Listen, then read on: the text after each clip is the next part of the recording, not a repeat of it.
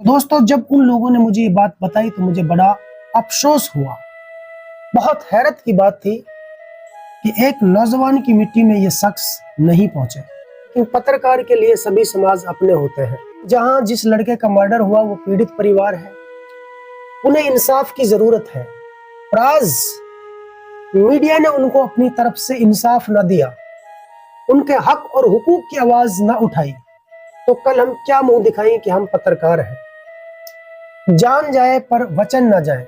मैंने उन लोगों को वचन दिए कि मैं इंशाल्लाह कल 10:30 बजे आपके गांव में एंट्री करूंगा।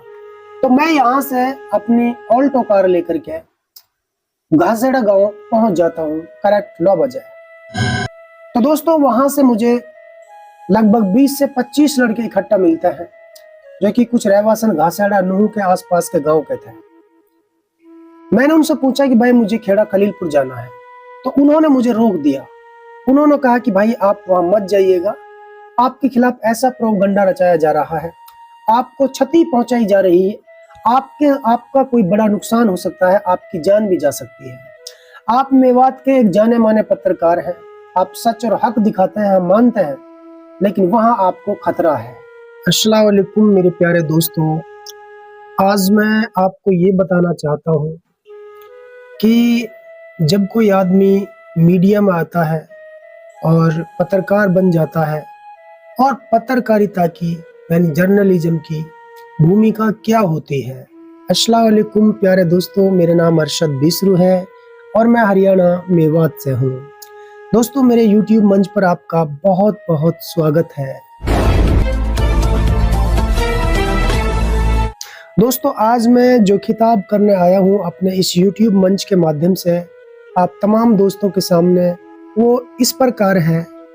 देखिए, मैं एक स्वतंत्र पत्रकार हूँ। मैं आपको ये बताना चाहता हूँ कि मेवात के जितने भी पत्रकार साथी हैं, उन सबसे ज्यादा फॉलोअर आखिर मेरे ही क्यों हैं। हालांकि मेरे से 20-20, 30-30 साल पहले के पत्रकार मेवात में हैं, जो कि अखबारों में लिखा करते थे, लेकिन आज वो मेरी तुलना में बहुत पीछे है। ऐसे में आपको ये बताना बहुत जरूरी है कि इंसान आगे कैसे जाता है और पीछे क्यों रह जाता है। तो दोस्तों, ये तो आप सब जानते हैं कि मुझे लोग ट्रोल बहुत करते हैं और तरह तरह की वीडियो, तरह तरह की पोस्ट मेरे खिलाफ प्रोपगंडा चलाते रहते हैं।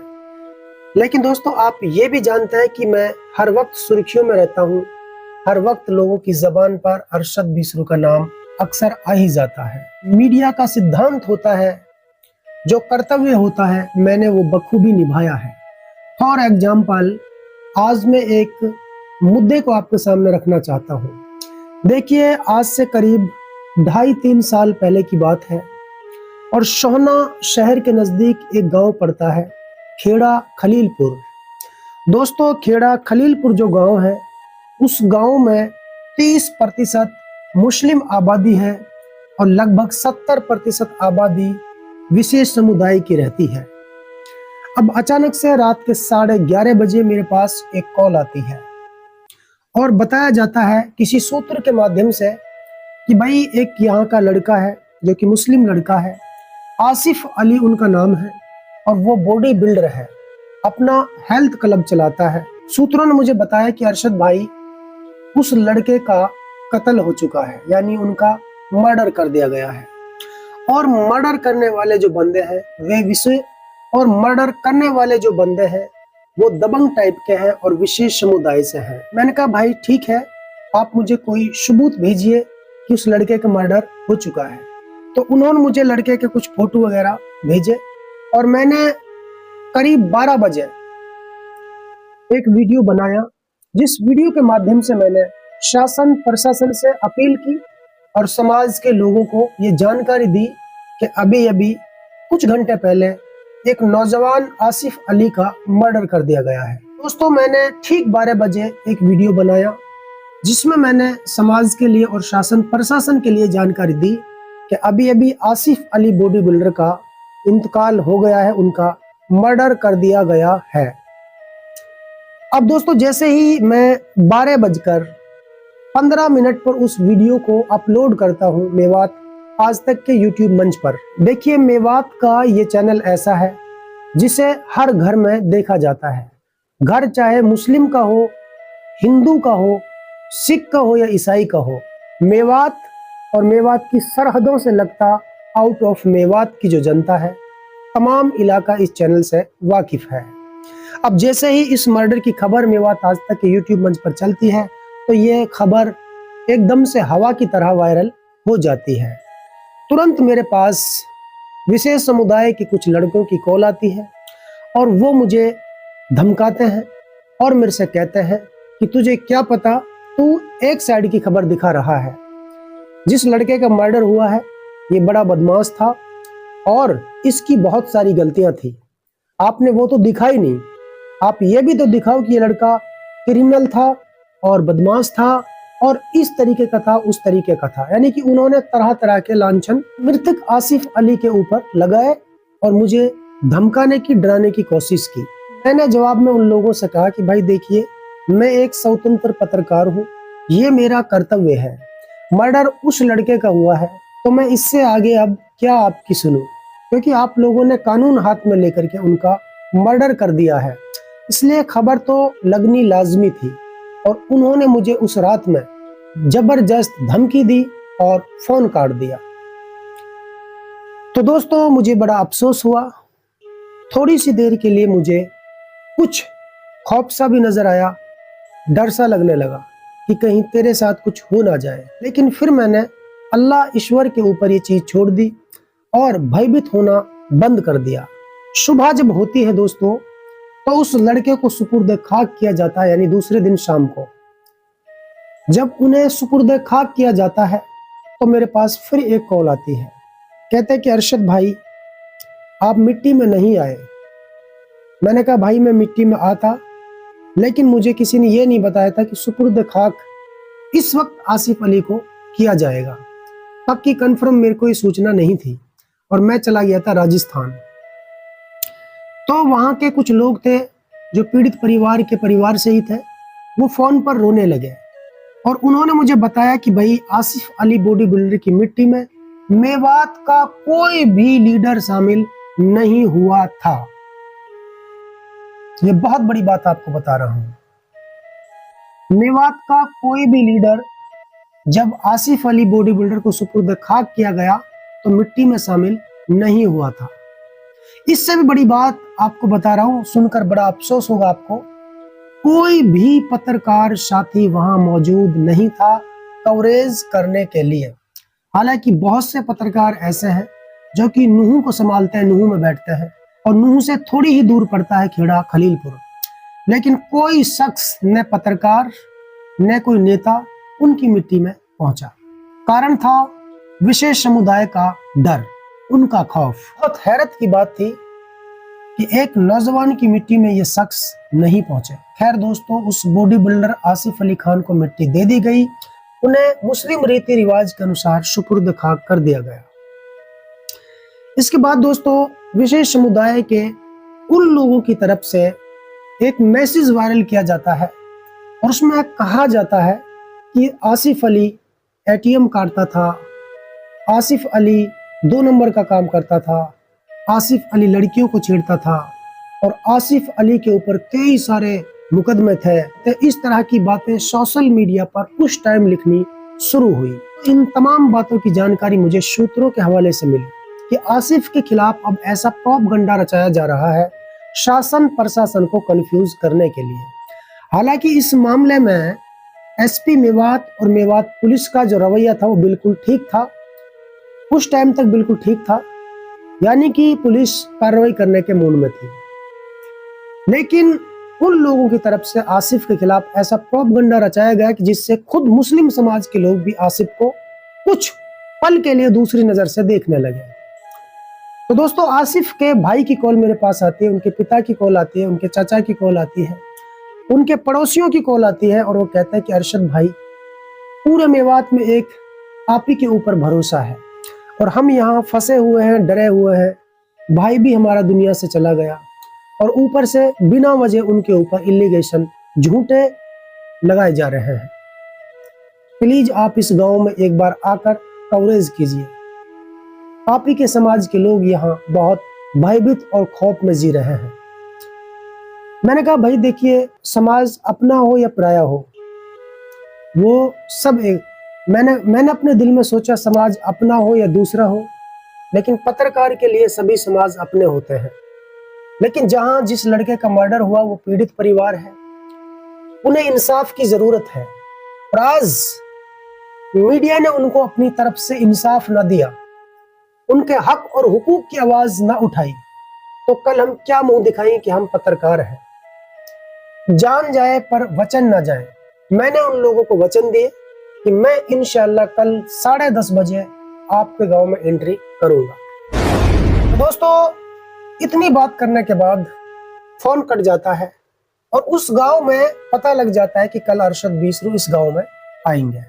और जैसे ही उन लोगों को ये पता लगता है कि भाई अरशद बीसरू कवरेज के लिए आएंगे, तो उन लोगों ने स्टोरी और कुछ सोशल मीडिया पर इस तरह की पोस्ट या वीडियो डाली कि भाई अगर अरशद बीसरू यहाँ आता है तो इसकी गाड़ी में आग लगा देंगे। इस तरह की धमकियां उस टाइम मिली। कई सूत्रों ने मुझे ये जानकारी दी, क्योंकि मेरी वाल पर तो ये नहीं आई थी, बल्कि मेरे सूत्रों ने मुझे जानकारी दी कि आपके खिलाफ ऐसा प्रोपगंडा, डर का माहौल यहाँ बनाया जा रहा है, अगर आप आए तो सोच समझ कर आए। मैंने कहा ठीक है भाई, मैंने वचन दिया है, जान जाए पर वचन ना जाए। तो मैं यहाँ से अपनी ऑल्टो कार लेकर के घासेड़ा गांव पहुंच जाता हूँ करेक्ट 9 बजे। तो दोस्तों, वहां से मुझे लगभग 20 से 25 लड़के इकट्ठा मिलते हैं, जो कि कुछ रहवासन घासेड़ा नूह के आसपास के गांव के थे। मैंने उनसे पूछा कि भाई मुझे खेड़ा खलीलपुर जाना है, तो उन्होंने मुझे रोक दिया। उन्होंने कहा कि भाई आप वहां मत जाइएगा, आपके खिलाफ ऐसा प्रोपगंडा रचाया जा रहा है कि आपका कोई बड़ा नुकसान हो सकता है, आपकी जान भी जा सकती है। आप मेवात के एक जाने माने पत्रकार हैं, आप सच और हक दिखाते हैं, हम मानते हैं, लेकिन वहां आपको खतरा है। मैंने कहा भाई, मैंने वचन दिया है उन गरीबों को जिनका बेटा मरा है, तो मैं जाऊंगा तो जरूर। मेरी नफरत उन लोगों के साथ नहीं थी जिन लोगों ने मर्डर किया था, लेकिन हमदर्दी इन लोगों के साथ इसलिए थी क्योंकि ये पीड़ित परिवार था, बिना वजह इनके लड़के को मार दिया गया था, इसलिए पीड़ित परिवार के साथ हमारी हमदर्दी जरूर थी। तो दोस्तों, मैंने कहा कि भाई मुझे जाना है। तो वो बोले कि भाई कहाँ से जाएंगे आप? अगर आप सोना होकर इंड्री मोड़ से जाएंगे तो भी विशेष समुदाय के काफी सारे गांव पड़ते हैं। यदि आप हतीन की तरफ से आते हैं, मिंडखोला की तरफ से आते हैं, या नूह की तरफ से जाते हैं पलवल रोड से, तो भी काफी सारे गांव विशेष समुदाय के पड़ते हैं। हालांकि विशेष समुदाय की इसमें कोई गलती नहीं थी, लेकिन डर तो डर होता है, आप समझदार हैं। तो दोस्तों, उन लोगों ने मुझे और डरा दिया। लेकिन फिर मैंने उनसे पूछा, ये जो गांव है रहवासन, इस रहवासन गांव के सामने जो गांव नजर आ रहे हैं जंगल में, ये कौन से गांव है? तो उन्होंने बताया कि भाई ये 2 गांव पड़ते हैं रहवासन गांव से आगे, ये भी विशेष समुदाय के गांव है, मुस्लिम समाज के गांव नहीं है। तो भाई ये बात उन्होंने जब मुझे बताई तो उन्होंने मुझे और डरा दिया। लेकिन इंसान के अंदर 2 दिल होते हैं, एक बाहर वाला, एक अंदर वाला। बाहर का जो दिल था वो घबरा रहा था, लेकिन अंदर से जो ज्वाला भड़क रहा था, अंदर का जो दिल था वो मेरे से कह रहा था कि नहीं, आपने वचन दिया है, आप पत्रकार बने हैं तो पत्रकारिता के सिद्धांत पर चलो, किसी गरीब और पीड़ित की आवाज उठाना ही आपका कर्तव्य है। तो मैंने उनसे कहा कि भाई मैं इस जंगल से जाऊंगा, किसी रोड से नहीं जाऊंगा। तो दोस्तों, मैं घासेड़ा और रहवासन गांव के बीच के जो जंगल है, उन जंगलों से सुध बांधकर मैं गया।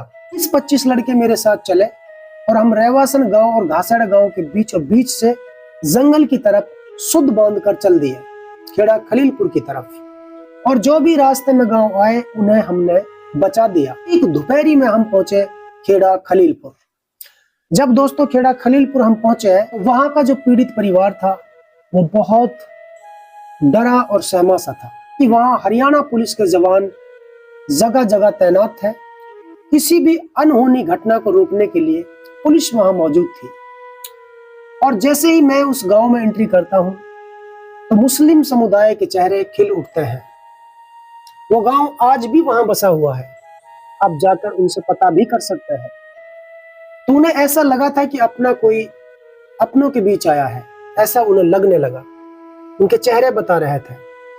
मैंने तब वहां जाकर के ग्राउंड रिपोर्ट दिखाई, और ऐसी ग्राउंड रिपोर्ट दिखाई थी जिसमें मेरे साथ कुछ हिंदू भाई उस गांव के जुड़े और भारी तादाद में मुस्लिम समाज मेरे साथ था, और हकीकत और सच्चाई को मैं लोगों के सामने लेकर के आया था। ये आप सबने देखा, सबने जाना। उसके बाद में दोस्तों फिर मैंने लगातार ये कवरेज करनी शुरू की।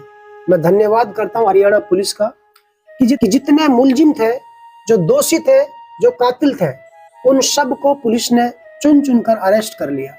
हालांकि बाद में एक दो का नाम निकाल दिया था तफ्तीश करके, लेकिन ज्यादातर जो लोग थे वो जेल के अंदर चले गए। हमारी मेहनत से आसिफ की बीवी और आसिफ के पिता के लिए दोस्तों लगभग 20 लाख रुपए से ज्यादा मदद इन लोगों को मिली थी। उस पीड़ित परिवार की आवाज ना उठाते तो समाज के लोग आगे नहीं आते।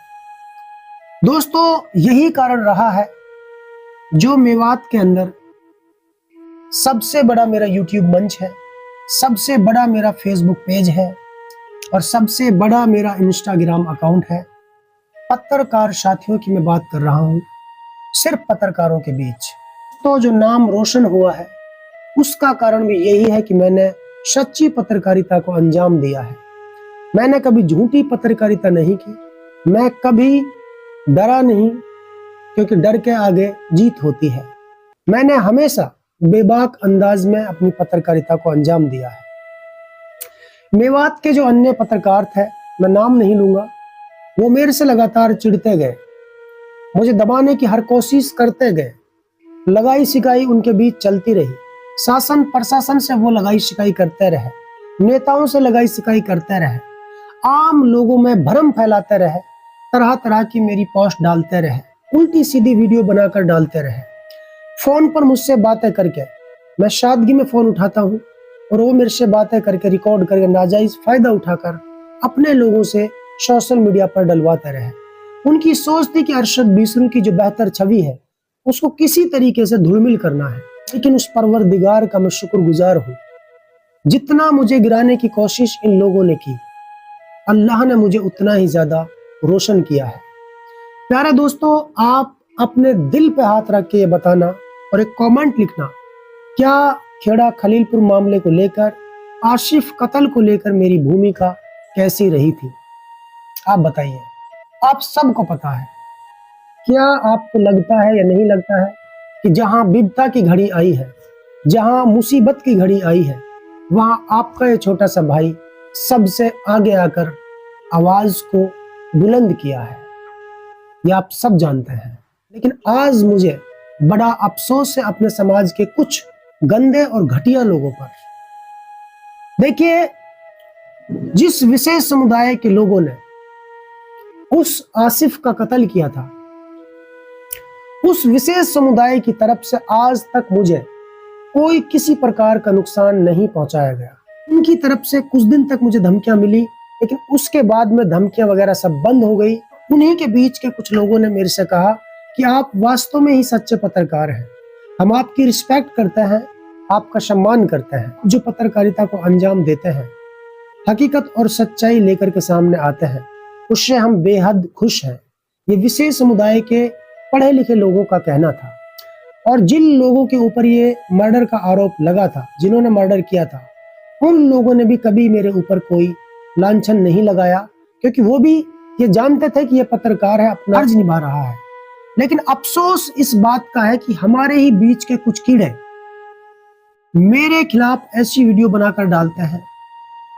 किसी वीडियो में मुझे डांस करता हुआ दिखाते हैं, किसी वीडियो में किसी लड़की के साथ फोटो लगाकर दिखाते हैं, किसी वीडियो में ऑडियो डाल करके उसे अपलोड करते हैं, मुझसे फोन पर किसी खबर के हवाले से बात करते हैं और फिर अचानक से गाली देना शुरू करते हैं, बकवास करते हैं। और जब मेरी तरफ से अगर भावुक होकर कोई बात निकल जाती है तो उसे रिकॉर्ड करके उसे सोशल मीडिया पर डाल देते हैं। हालांकि इन जाहिलों से कोई फर्क नहीं पड़ता है, क्योंकि एक बड़ा तबका समाज का, यानी 36 बिरादरी के जो लोग हैं, एक बड़ा जो तबका है, वो पूरा का पूरा तबका मेरे साथ खड़ा है, मुझे अपनी मोहब्बतों से और अपनी दुआओं से नवाजता है। लेकिन मैं फिर भी आप लोगों को ये समझाना चाहता हूँ, और जो लोग ऐसी हरकत करते हैं उनको भी समझाना चाहता हूँ कि आप लोग बहुत गलत कर रहे हैं। इसका भी आपको हिसाब चुकाना होगा। यहाँ नहीं तो मरने के बाद चुकाना होगा, क्योंकि आप अपने ही बीच के एक अच्छे इंसान का बिना वजह विरोध करते हैं, उनकी छवि को धूलमिल करने की कोशिश करते हैं। आपको शर्म आनी चाहिए, क्योंकि मैंने आपके बीच रह करके इस पत्रकारिता को एक नया आयाम दिया है। मुझे देख करके सैकड़ों बच्चे मोटिवेट हुए हैं। मैंने कई दर्जन बच्चों को मीडिया का सिद्धांत बताया है, पत्रकारिता करना सिखाया है। आज वो भी अपनी रोजी रोटी चला रहे हैं, लेकिन बावजूद इसके आप लोग समझ क्यों नहीं पाते हैं? आप लोगों को ये समझना होगा कि आपके बीच में सही कौन है और गलत कौन है। तो दोस्तों, ये आपके ऊपर डिपेंड करता है। मैं सिर्फ आपको ये बताना चाहता हूँ कि मैंने जो पत्रकारिता की थी वो जान हथेली पर लेकर की थी। दोस्तों, जान हथेली पर लेकर के मैंने पत्रकारिता की भूमिका अदा की है। मैंने कभी किसी गरीब से दिल नहीं चुराया। जिसने भी मुझसे सवाल किया, मैंने उसकी झोली भर दी है अपनी बुलंद आवाज से और उसको खुश कर दिया है। यही कारण है जो आज अल्लाह ने मुझे इतना रोशन किया है। तो मैं आप तमाम दोस्तों से कहना चाहता हूँ, आप मुझे सपोर्ट करें।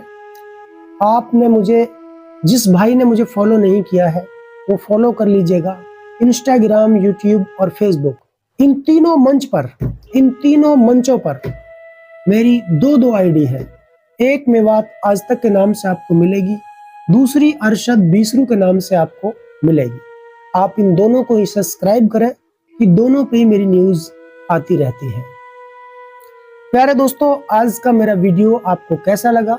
इसमें मैंने अपनी कोई तारीफ नहीं की है, बल्कि उस पल को याद किया है और अपने कार्य के बारे में आपको बताया है, ताकि आप लोगों को ये एहसास हो कि हम अपने बीच के एक बच्चे का विरोध क्यों करते हैं। हालांकि आपके विरोध से फर्क कतई नहीं पड़ता है, क्योंकि विरोध करते करते आपको 4 साल बीत चुके हैं, आज तक तो कुछ हुआ नहीं।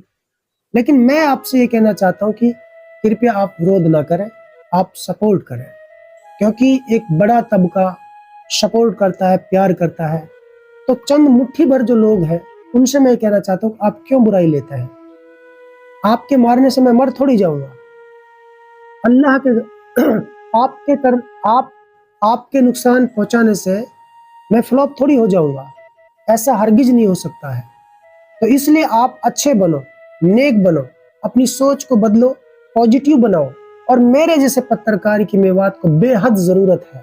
इसलिए आपको आगे आना होगा और अपनी गलती का एहसास करना होगा और मेरे जैसे पत्रकार को सपोर्ट करना चाहिए आप लोगों को, ताकि मेरा हौसला और बढ़े और मैं आप लोगों के बीच रहकर और बेहतर काम करूं। आज पूरी दुनिया में मेरे YouTube मंच को मेव कम्युनिटी के लोग देखते हैं। पूरे संसार की मैं बात कर रहा हूं, जहां जहां मेव समुदाय के लोग रहते हैं, वहां तक मेवात आज तक को लोगों ने सब्सक्राइब किया हुआ है। तो प्यारे दोस्तों, ऐसे मंच की आपको कदर करनी चाहिए, रिस्पेक्ट करनी चाहिए। तो आज का टॉपिक मेरा बस यही खत्म होता है। आप भली भांति जान चुके होंगे कि मैंने पत्रकारिता का सिद्धांत किस अंदाज में निभाया है, कैसे मैंने पीड़ित परिवारों की आवाज को बुलंद किया है, ये आप अच्छे से जानते हैं। कुछ पत्रकार ऐसे हैं, पानी में तो पैर न देवे लेकिन मोटो सोड़ा मेरो। वो कर्म करते नहीं हैं, लेकिन मेरे कर्मों से वो जड़ते हैं। समझ रहे हो ना मेरी बात? आपने बहुत सारी वीडियो देखी होंगी ना, बस घरे बैठे बैठे वीडियो बना देते हैं, जाते कहीं नहीं है। और एक बात और आपको कहना चाहता हूँ, हरियाणा, राजस्थान और यूपी, दिल्ली और पंजाब, अगर दूर दूर तक मेवात का कोई पत्रकार आपको नजर आता है, आज दक्षिण की तरफ तो कल पूरब की तरफ, तो वो आपका ये भाई है। जो मेवात और आउट ऑफ मेवात के हर हिस्से में आपको नजर आता है। कभी उस तरफ नजर आता हूं मैं, तो कभी उस तरफ में आपको नजर आता हूं। मैंने इस तरीके की पत्रकारिता की भूमिका निभाई है। तो प्यारे दोस्तों, इन्हीं चंद शब्दों के साथ अब मैं आपसे विदा चाहता हूं और इंशाअल्लाह कल फिर मिलेंगे इसी YouTube मंच पर कोई नया टॉपिक लेकर के। तब तक के लिए आप मुझे दीजिए इजाजत। जय हिंद, जय भारत, अस्सलाम वालेकुम, अल्लाह हाफिज।